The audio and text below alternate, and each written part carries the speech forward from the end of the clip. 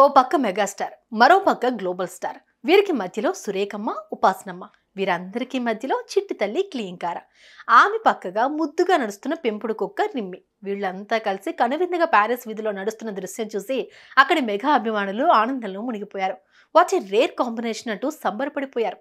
ఇంతకీ ఈ variety visual ఎక్కడ కనిపించింది?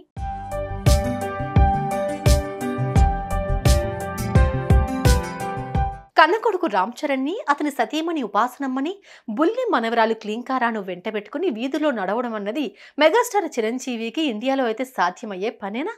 అభిమానుల తాకిడితో ఉక్కిరిబిక్కిరైపోరు. అయితే ప్యారిస్ లో జరుగుతున్న ఒలింపిక్స్ ప్రారంభోత్సవ వేడుకలకు వెళ్లిన చిరంజీవి తన కుటుంబ సభ్యులతో కలిసి ప్యారిస్ వీధుల్లో అలా షికారు చేశారు. తనకు ఎదురుపడ్డ అభిమానులను పలకరిస్తూ ముందుకు కదిలారు. శ్రీమతితో కలిసి అక్కడక్కడ సెల్ఫీలు తీసుకున్నారు. సతీమణితో సురేఖతో కలిసి ఒలింపిక్ టార్చ్ ప్రతిరూపాన్ని పట్టుకుని పోజులు ఇచ్చారు. చుట్టూ 10 మంది సెక్యూరిటీతో ఎక్కడికెళ్ళినా మీద పడే అభిమాన జనంతో భారంగా ముందుకు కదిలే చిరంజీవి ఫ్యామిలీ అలాంటి అభిమాన అడ్డుగోడలు ఏవీ లేకుండా అలా ముందుకు కదిలారు. చెప్పలేనంత వెరైటీ ఫీల్ ను సొంతం చేసుకున్నారు.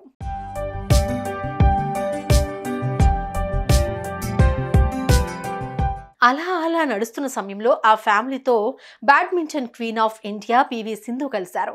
ఆ ఫ్యామిలీని ప్రేమగా తను వసతి పొందుతున్న ఒలింపిక్ విలేజ్ లోకి ఆహ్వానించారు. అక్కడ తన అభిమాన హీరోల కుటుంబంతో ఫోటోలు దిగారు.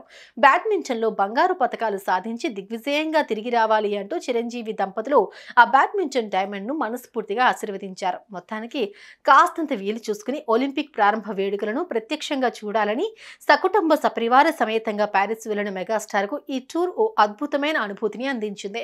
ఈ నిండు కుటుంబాన్ని చూసి అభిమానుల మనసు పులకించిపోయింది. Yes. What a vibe. I wanted to experience at least once. Thank you. Olympic Village.